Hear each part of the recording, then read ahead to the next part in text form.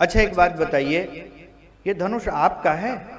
कि नहीं मेरा नहीं है, मेरे गुरु जी का है। तो गुरु जी ने आपको दिया था? नहीं, जनक जी को दिया था। तो जनक जी को देते हुए आपसे कहा था कि दे तो जनक को रहा हूं लेकिन इसकी देखभाल आपको करनी है? कहे नहीं। कहे जब धनुष आपका नहीं, आपको मिला नहीं, आपको कोई जिम्मेदारी नहीं, तो आप दुखी क्यों हो रहे हो? परशुराम जी ने सोचा थोड़ी देर, बात तो ठीक ही है, मेरा क्या लेना देना।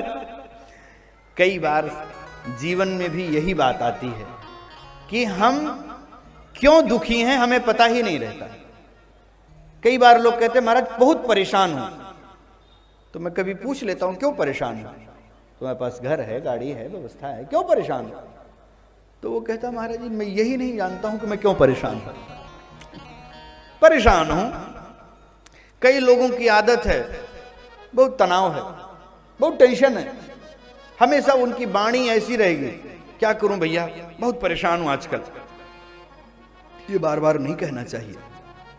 शुभम भूयात्, बार बार तनाव, बार बार ये नहीं कहना चाहिए कि मैं परेशान हूं, दुखी हूं, कष्ट में हूं।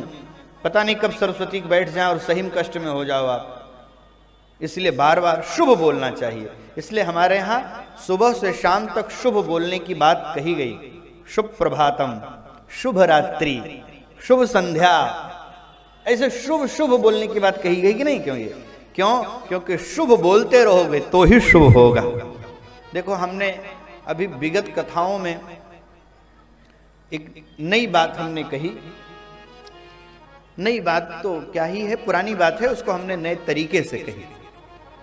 ये शब्द जो हम बोलते हैं ये मरते नहीं हैं, ये वातावरण में घूमते रहते हैं। शब्द ये जो हमने बोल दिया, एक सेकंड पहले अभी जो शब्द निकले, 2 सेकंड पहले निकले, वह मरे नहीं हैं, इसी वातावरण में घूमे, इसको दोबारा पकड़ा जा सकता है। ऐसी टेक्नोलॉजी आ गई है कि घंटा भर पूर्व बोले गए वचन को पकड़ा जा सकता है। हजारों साल पहले बोले गए उच्चारण को भी पकड़ लेंगे, ऐसी व्यवस्था चल रही है, वैज्ञानिक लोग कार्य कर रहे हैं उसमें। हमने सुना है कि भगवान कृष्ण ने अर्जुन को जो गीता का उपदेश दिया वह भी शब्द रिएक्टर पर पकड़े जा रहे हैं, उन पर भी कार्य शोध चल रहा है, यथावत पकड़ लिए जाएंगे। शब्द मरते नहीं हैं।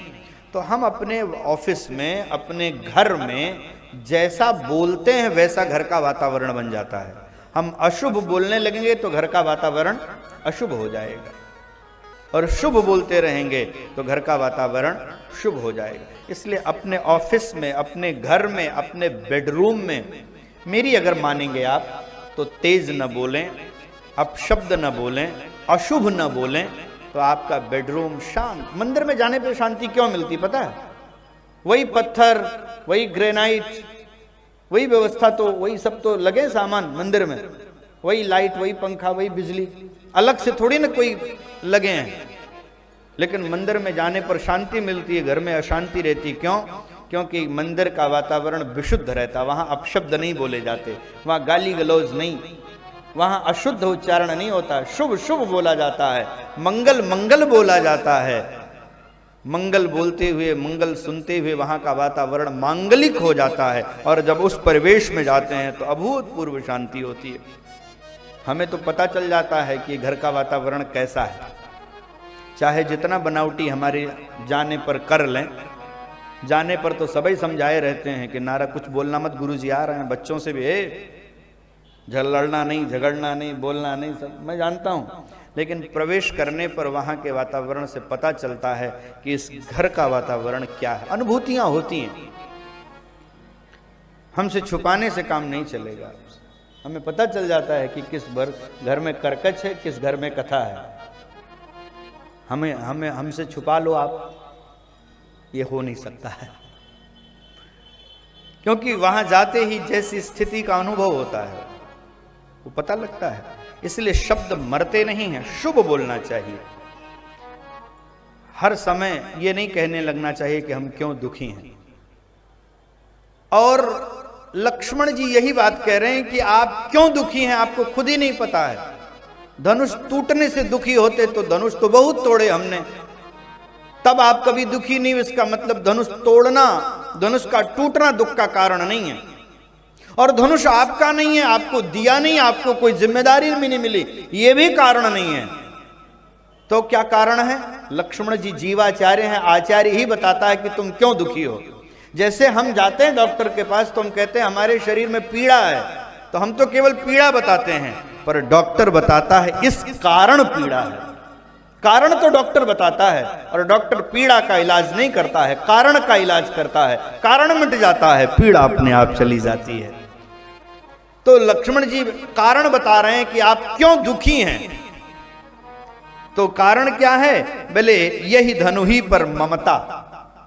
बस आपने इस धनुष से ममत्व जोड़ लिया है, और जहां जिससे हमारी ममता जुड़ जाती है वही हमारे दुख का कारण बनता है। ममता जहां है वही तो दुख है, जहां ममता नहीं है वहां कोई दुख है?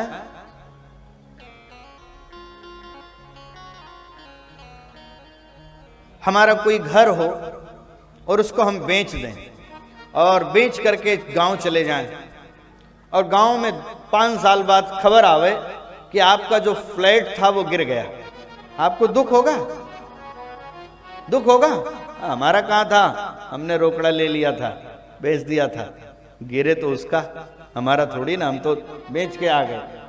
और आप बेचे ना, आपके नाम पर हो और गिर जाए, तब हाय तौबा मचाओगे, तुरंत भगोगे वहां से।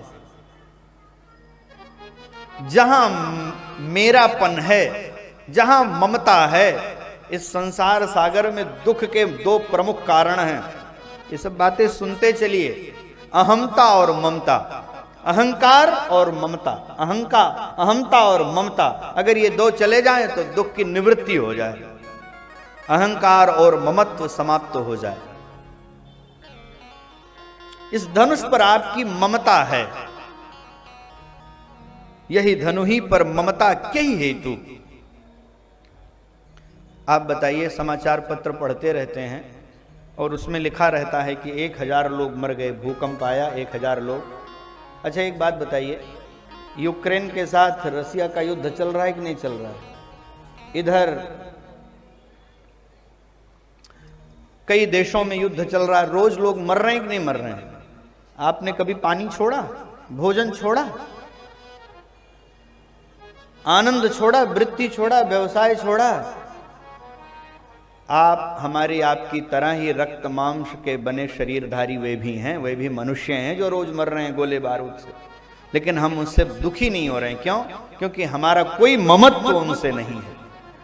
और जिनसे ममत्व हो, मरना छोड़िए, बीमार हो जाए तो हमारे आंखों से अश्रुधारा बहने लगती है, हम रोने लगते हैं। केवल मूल कारण है, मरना मूल कारण नहीं है। मरने से कोई थोड़ी ना दुखी होता है। अगर दुखी होता तो हम रोज मरने की खबर सुनते हैं, लेकिन हम कभी दुखी नहीं होते हैं। मरना दुख का कारण नहीं है, अपना जिससे ममत्व था वो मर गया, ममत्व दुख का कारण है। बाकी और किसी के मरने से हम दुखी नहीं होते हैं। तो आपने इस धनुष से अपना ममत्व जोड़ लिया है। ड्रे नृप बालक काल बस बोलत तो ही न संभार, धनु ही सम त्रिपुरारी धनु विदित सकल संसार। अत्यंत क्रोधित हो गए कि धनु ही सम, छोटी छोटी धनुइयों की तुलना तुम त्रिपुरारी महादेव के धनुष से कर रहे हो। पता है तुमको ये धनुष कितना महान है? तो लक्ष्मण जी ने कहा, परशुराम जी अगर धनुष महान है तो आप ये सोचिए कि तोड़ने वाला भी तो कोई सामान्य नहीं होगा। धनुष महान है तो तोड़ने वाला भी तो महान ही होगा। और एक बात बताएं, जिसको आप महान बता रहे हो ना, छुअत टूट रघुपति ही न दोषु। रघुनाथ जी के छूते ही टूट गया, इसमें उनका क्या ही दोष है। बोले चितई परश की ओरा, उन्होंने फरसे की ओर देख के कहा, बोले चितई परश की ओरा रे सठ सुनी स्वभाव न मोरा। तुमने मेरा स्वभाव नहीं जाना, तू इतनी देर से मुझसे संवाद कर रहा, तुझे पता नहीं मैं कौन हूं। फरसे की ओर देखो भैया, जिसके पास जो होता है ना वही दिखाता है।